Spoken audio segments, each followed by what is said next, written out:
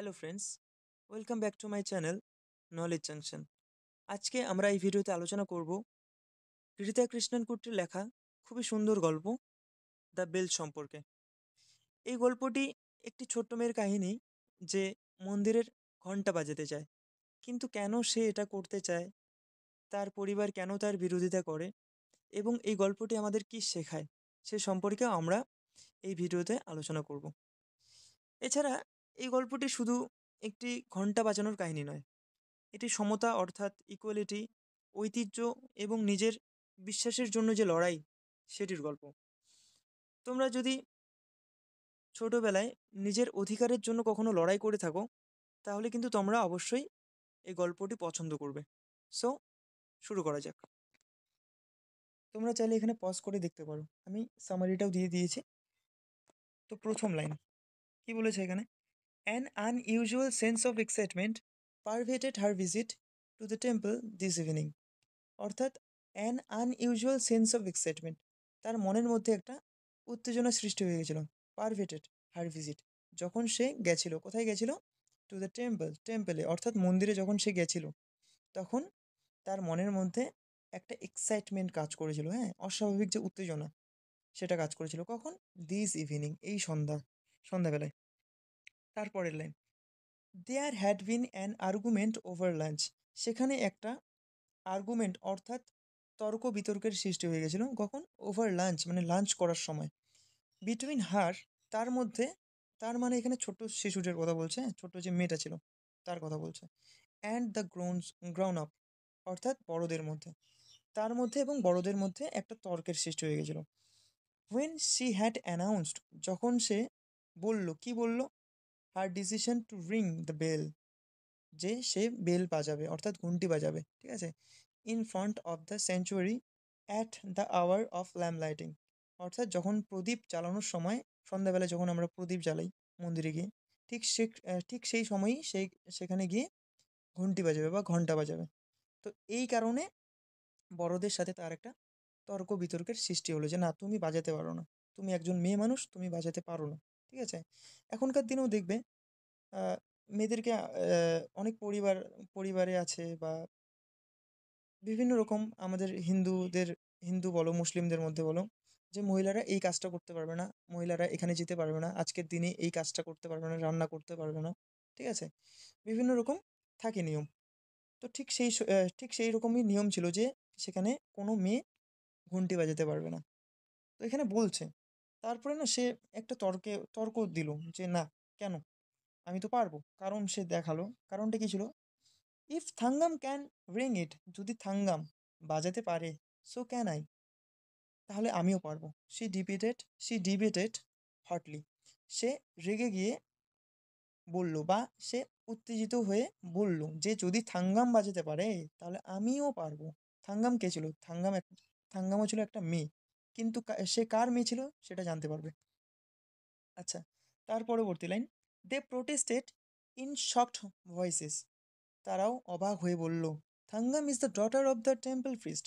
থাঙ্গাম হলো সেই টেম্পল প্রিস্টের মেয়ে, অর্থাৎ টেম্পলের যে মন্দিরের যে পূজারী ছিল তার মেয়ে।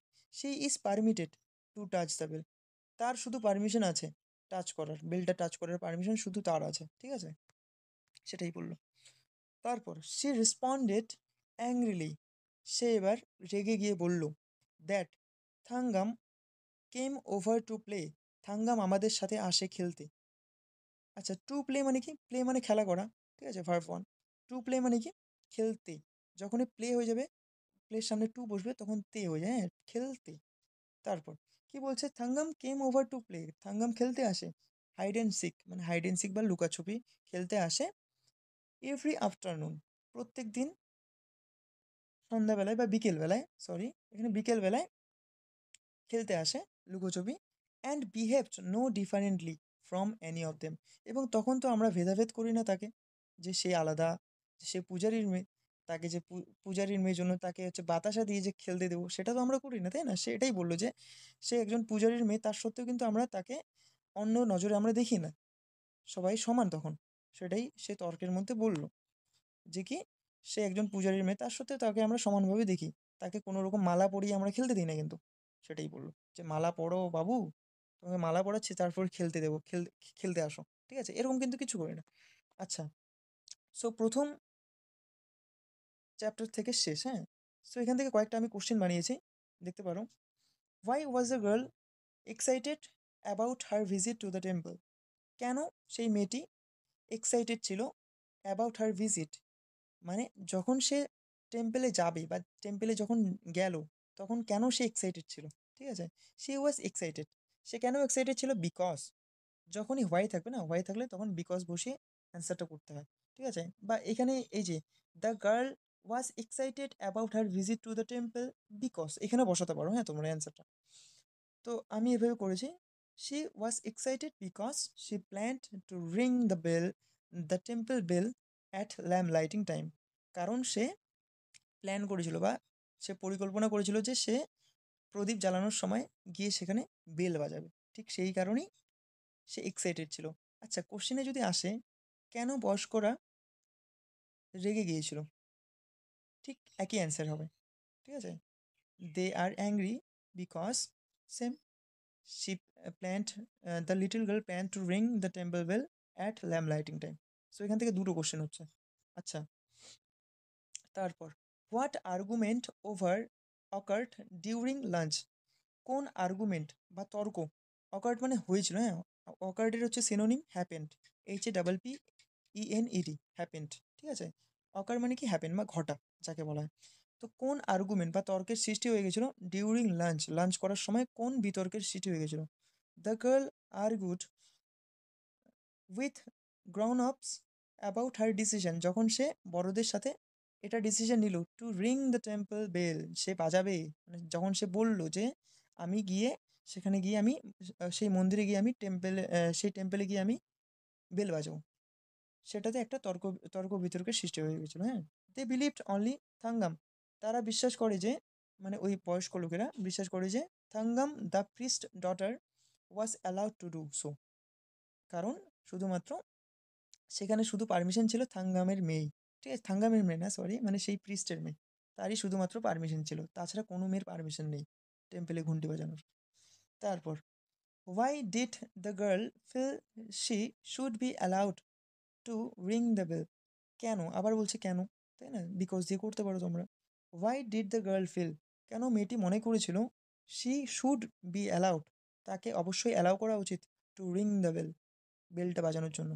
সে আর্গুড, সে তর্ক করেছিল দ্যাট থাঙ্গাম হু ওয়াজ অ্যালাউড, যে হু ওয়াজ অ্যালাউড মানে থাঙ্গাম, যে যার অ্যালাউ ছিল, ঠিক আছে, যার পারমিশন ছিল to ring the bell, bell বাজানোর পারমিশন ছিল, প্লেট উইথ হার, যে কিনা সবসময় তার সাথে খেলে, ঠিক আছে, প্লেট উইথ হার এভরিডে, প্রত্যেক দিন, and was no different from her, এবং সে তো তার থেকে আলাদা নয়, সেটাই বলেছে। Fourth question, what was the reaction of the grown ups to her decision? বড়দের রিয়াকশন কী ছিল, ঠিক আছে? তো এখানে বলেছে বয়স্কদের রিয়াকশন, সরি, ডিসিশনটা কী ছিল যখন সে বললো এটা, হ্যাঁ। হোয়াট ওয়াজ দ্য রিয়াকশন, কি রিয়াকশন ছিল, প্রতিক্রিয়া ছিল অফ দ্য গ্রাউন্ড হাউস, বয়স্কদের, টু হার ডিসিশন, তার ডিসিশন শোনা মাত্রই, ঠিক আছে? যখন সে তার ডিসিশন বা মতামত দিল, তখন বড়রা কীরকম রিয়াকশন দিল? দ্য গ্রাউন্ড আপস ওয়্যার শকড, তারা চমকে গেল, অ্যান্ড প্রোটেস্টেড, এবং বিরোধিতা করলো অ্যাগেনস্ট হার ডিসিশন, তার ডিসিশনের, ঠিক আছে? আচ্ছা, একটা টেক্সট থেকে একটা কোশ্চেন রয়েছে, what did the little girl wish to do? এটা প্রথম কোশ্চেন, হ্যাঁ। তো এখানে বলেছে হোয়াট মানে কি, what did the little girl, ছোট্ট মেয়েটি কি ইচ্ছে প্রকাশ করেছিল, হ্যাঁ। The little girl wish to ring the bell, তাই না? সে ইচ্ছা প্রকাশ করেছিল কি, বেলটা বাজাবে, in front of the sanctuary, সেঞ্চুরির সামনে, at the hour of the lamp lighting, ঠিক আছে, সেই প্রদীপ জ্বালানোর ঠিক সময়ই সে গিয়ে সেখানে ঘন্টি বাজাবে, সেটাই তার ইচ্ছে প্রকাশ ছিল, ঠিক আছে? সেটাই সে ইচ্ছে প্রকাশ করেছিল যে আমি যখন প্রদীপ জ্বালাবো বা প্রদীপ জ্বালানোর সময় আমি সেখানে গিয়ে ঘন্টি বাজাবো বা ঘন্টা বাজাবো। আচ্ছা, এখানে ইংলিশ এক্সপ্লেনেশন দেওয়া আছে, তোমাদের যদি কারো ইংলিশ এক্সপ্লেনেশন লাগে তাহলে এখান থেকে দেখতে পারো, হ্যাঁ, পজ করে করে। আমি আস্তে আস্তে ধীরে ধীরে নিয়ে যাচ্ছি, দেখতে পারো।